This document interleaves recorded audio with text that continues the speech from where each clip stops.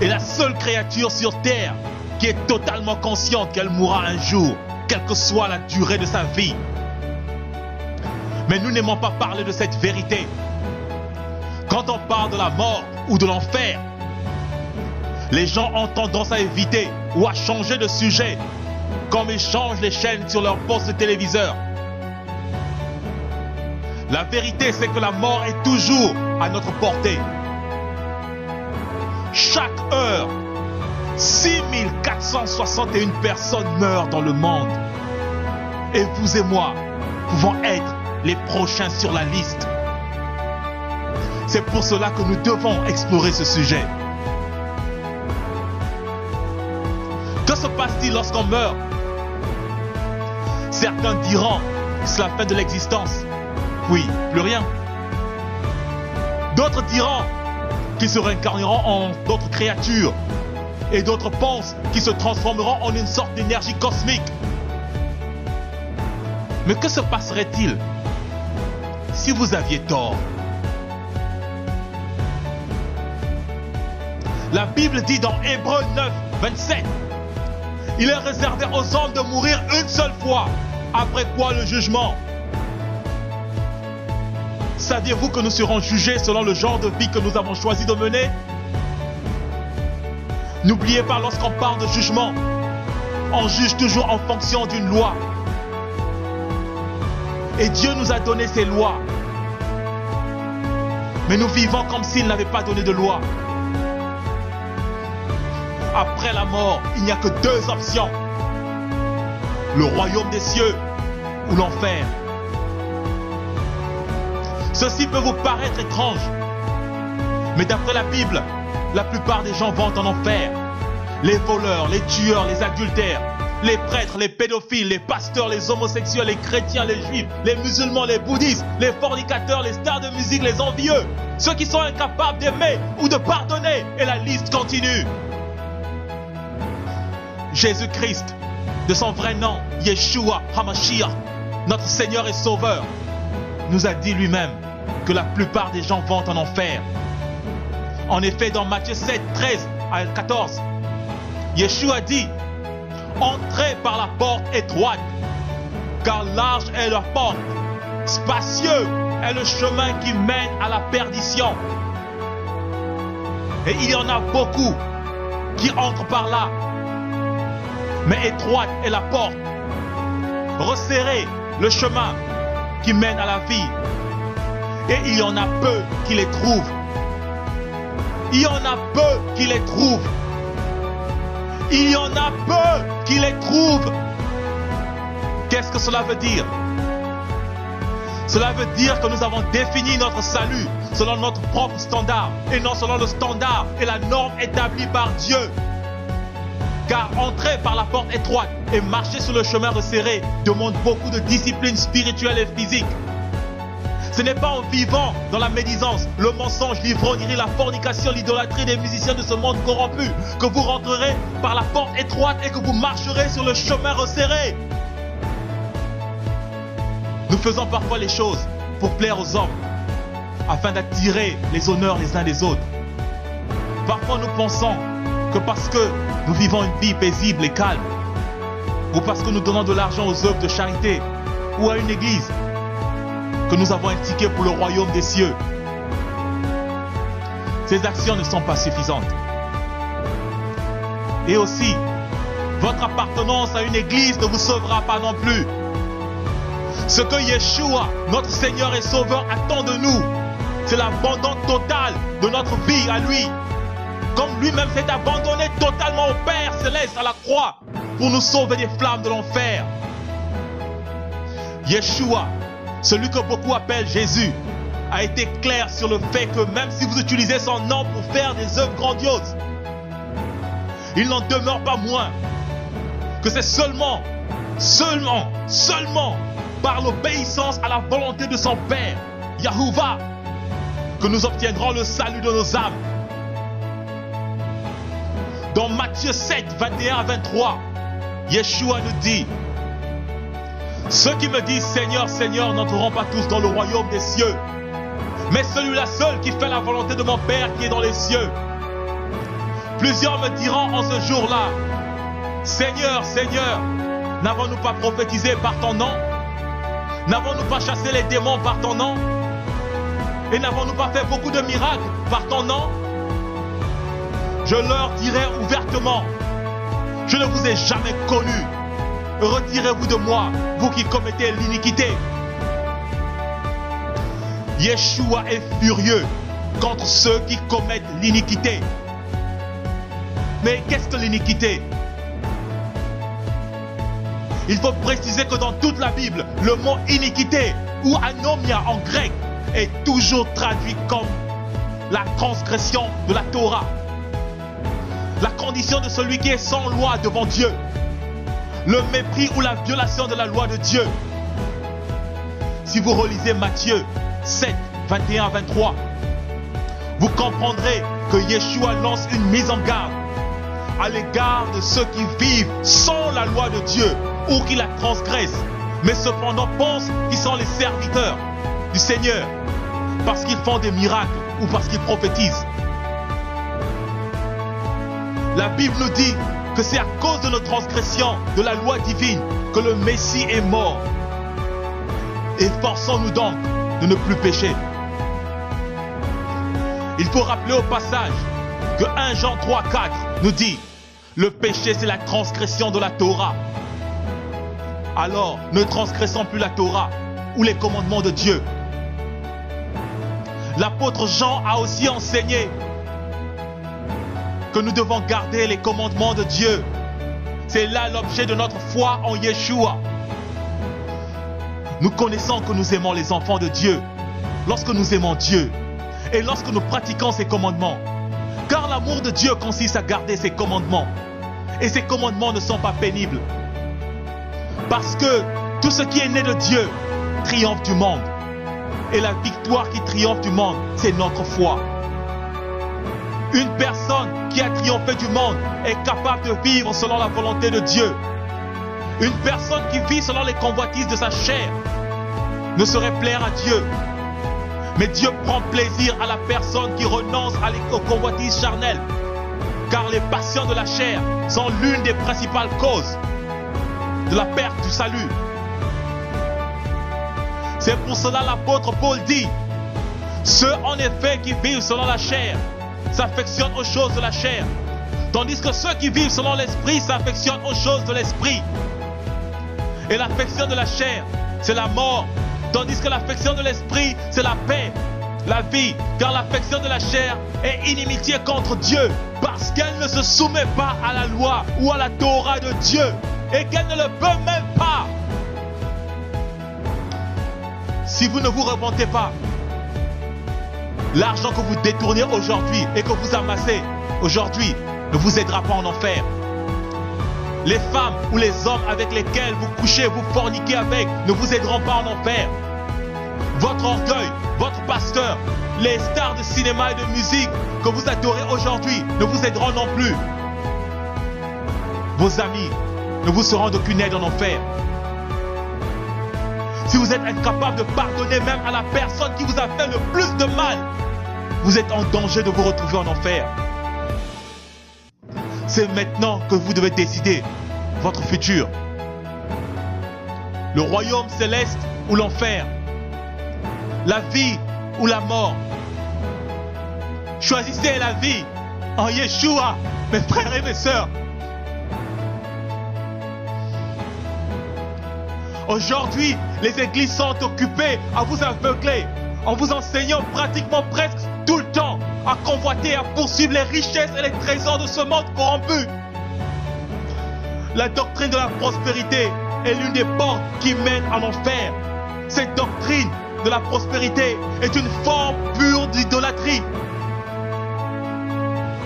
À quoi sert-il à un homme de vivre 90 ans dans l'opulence, de collectionner les maisons, les voitures, les femmes, les entreprises, les diamants, pour finir à la fin en enfer?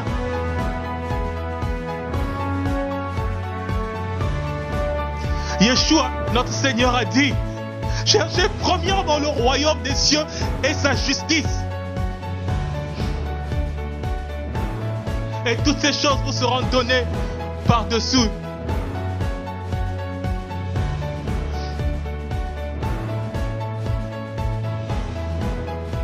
Yeshua a bien dit, cherchez premièrement le royaume et la justice de Dieu. Il n'a pas dit cherchez premièrement ces choses. Mais il a dit que ces choses vous seront données sans que vous les demandiez. La condition pour recevoir toutes ces choses, c'est de rechercher le royaume et la justice de Dieu. Comment rechercher le royaume et la justice de Dieu, me demanderiez-vous? C'est en vivant selon les commandements de Dieu. C'est en détruisant chaque jour qui passe le péché dans notre vie. C'est en aimant notre prochain. C'est en prenant soin du pauvre, de la veuve, de l'orphelin, car ces personnes sont précieuses aux yeux de notre Dieu.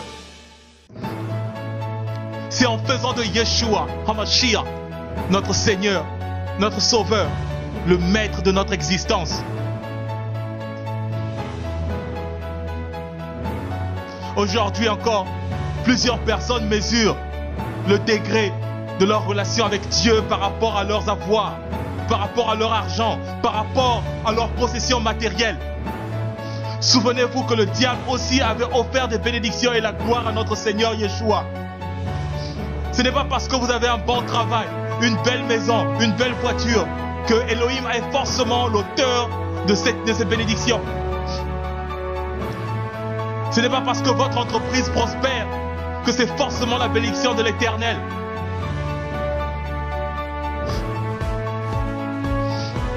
Souvenez-vous de la parabole du riche et de Lazare.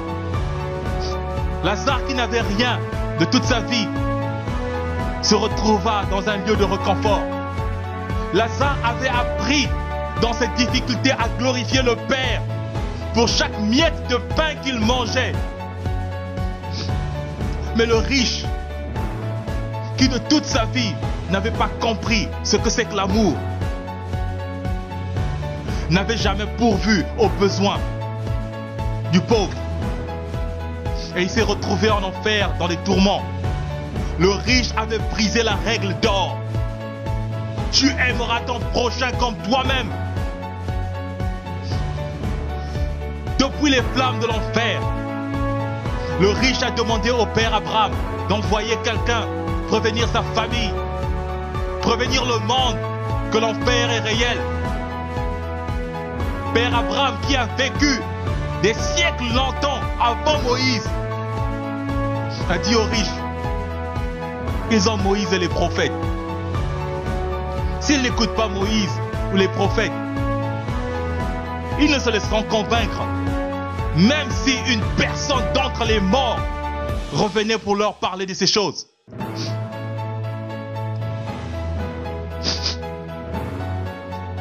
Père Abraham avait raison. Mais la prière du riche avait été exaucée. Yahuwah Elohim, notre Dieu a ressuscité Yeshua, notre Sauveur, d'entre les morts. Qu'est-ce que Yeshua a dit à ses disciples avant son ascension? Allez, faites de toutes les nations des disciples et enseignez-les à observer ce que je vous ai prescrit. Qu'est-ce que Yeshua avait prescrit à ses disciples? Il a dit à ses disciples, ne suivez pas les pharisiens qui marchent selon leur tradition, mais suivez la loi que mon Père a donnée à Moïse. Suivez ce que disent les prophètes. Lisez bien votre Bible. Le noyau de l'enseignement du Messie était de ramener le peuple israélite à l'obéissance à la Torah et de les éloigner des traditions humaines. Mais aujourd'hui encore, beaucoup d'églises enseignent l'iniquité en disant que la loi de Moïse et les prophètes ne sont plus valides. Mais Yeshua avait bien dit, ce monde et sa gloire corrompus passeront, mais ma parole ne passera point. Aujourd'hui, il y a toute cette pagaille dans les églises parce que nous avons rejeté la loi.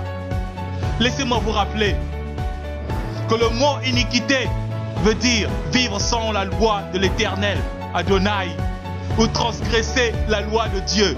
C'est ça l'iniquité. Il n'y a pas d'autre définition.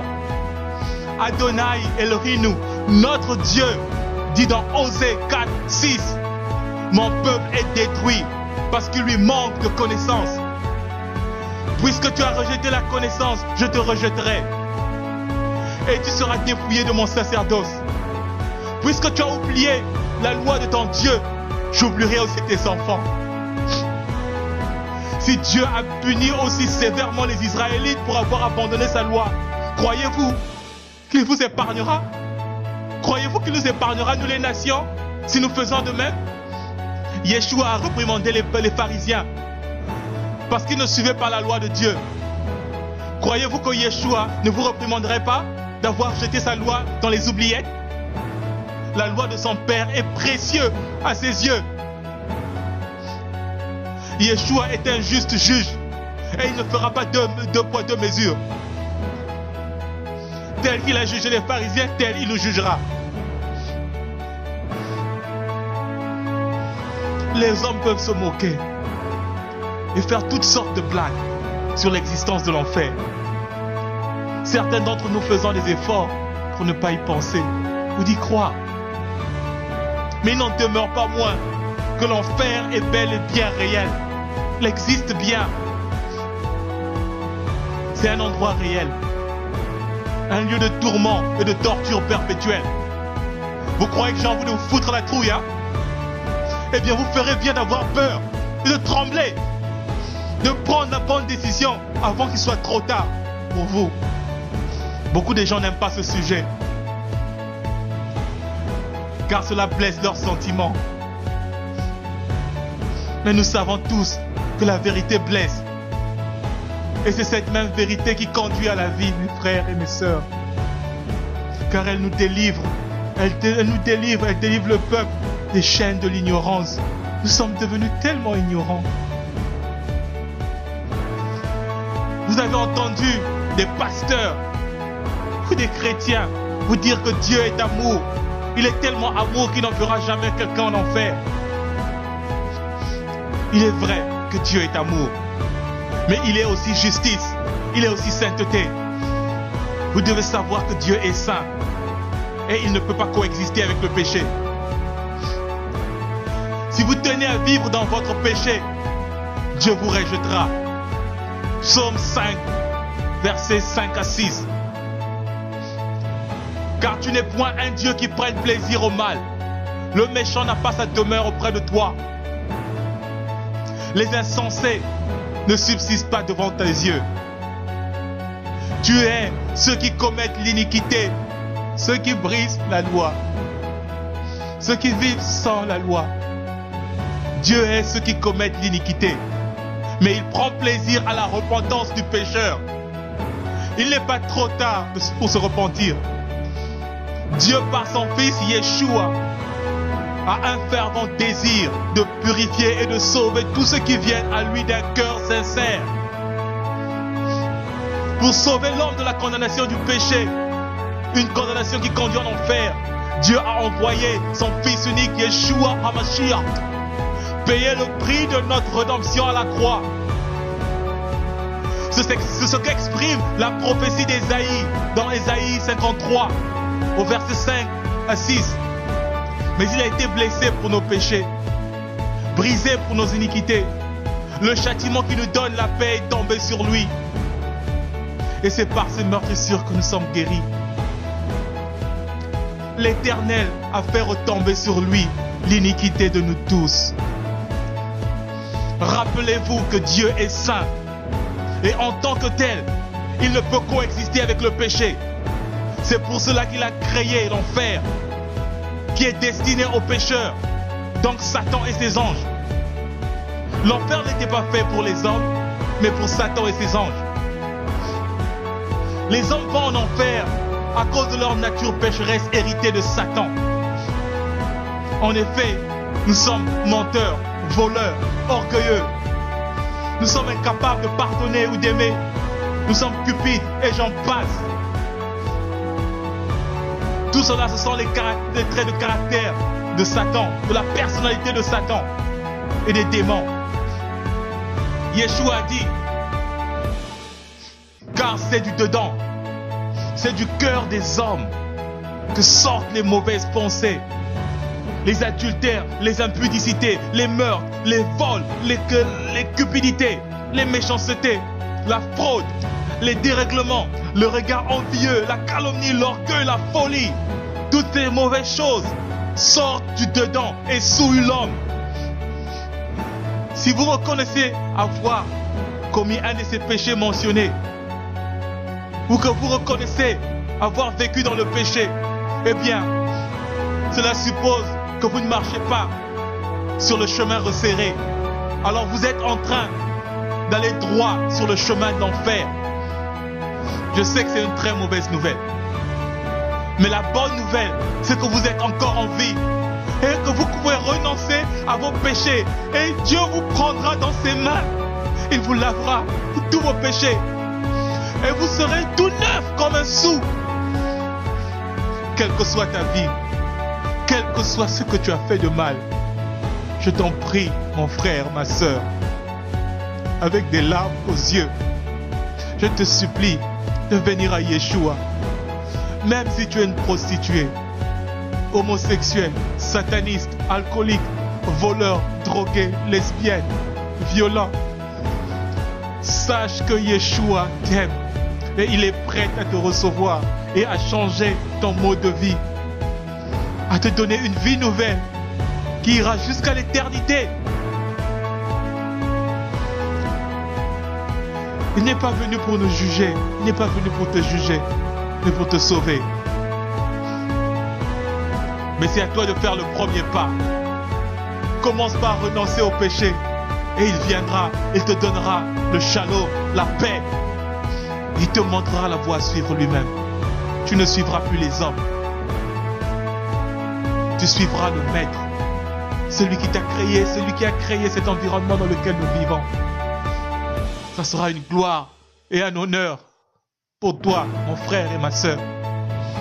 Yeshua est mort pour que tu n'ailles pas en enfer, mais pour que tu puisses avoir la vie éternelle auprès du Dieu amour. 1 Pierre 3, 18 dit: Christ a souffert une fois pour les péchés, lui le juste pour les injustes, afin de nous amener à Dieu, ayant été mis à mort quant à la chair, mais ayant été rendu vivant quant à l'esprit. Oui, Yeshua, le Messie, est mort pour nous. Et désormais, nous avons l'espoir qu'en lui, le chemin du royaume céleste est ouvert pour nous. Quelle joie! Alléluia! Alléluia! Alléluia! La Bible dit: car Dieu a tant aimé le monde qu'il a donné son Fils unique, afin que quiconque croit en lui ne périsse point, mais qu'il ait la vie éternelle. Dieu en effet n'a pas envoyé son Fils dans le monde pour qu'il juge le monde, mais pour que le monde soit sauvé par lui. Celui qui croit en lui n'est point jugé, mais celui qui ne croit pas en lui est déjà jugé, parce qu'il n'a pas cru au nom du Fils unique de Dieu. Croire en Yeshua, c'est vivre comme il a vécu en obéissance à la Torah de son Père. Croire en Yeshua, c'est vivre selon ses enseignements. Croire en Yeshua, c'est obéir aux lois de Dieu. Croire en Yeshua, c'est avoir la foi que c'est par son sang versé à la croix que nous sommes sauvés de nos péchés. Croire en Yeshua, c'est produire des fruits dignes de la repentance. Croire en Yeshua, c'est aimer son prochain. Croire en Yeshua, c'est aimer Dieu de tout son cœur, de toutes ses pensées, de toutes ses forces. La loi a été donnée par Moïse, mais nous l'avons transgressée. À cause de nos transgressions, nous méritions la mort et l'enfer. Mais la grâce est venue par Yeshua le Messie, car il est mort pour nous.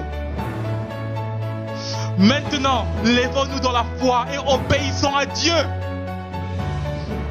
Yeshua est venu par son sacrifice nous ramener à l'obéissance à son Père.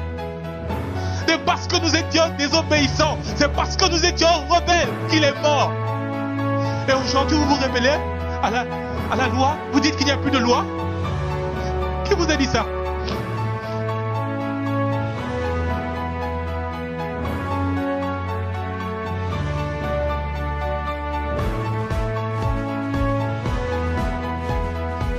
Méditons sur ces paroles de notre Maître et Sauveur, Yeshua HaMashiach. Voici, je viens bientôt, et ma rétribution est avec moi, pour rendre à chacun selon ce qu'est son œuvre. Je suis l'Aleph et le Tav, le premier et le dernier, le commencement et la fin. Heureux ceux qui lavent leur robe afin d'avoir droit à l'arbre de vie et d'entrer par les portes dans la ville. Dehors les chiens, les enchanteurs, les impudiques, les meurtriers, les idolâtres et quiconque aime et pratique le mensonge. Moi, Yeshua, j'ai envoyé mon ange pour vous attester ces choses dans les églises. Je suis le rejetant de la postérité de David, l'étoile brillante du matin.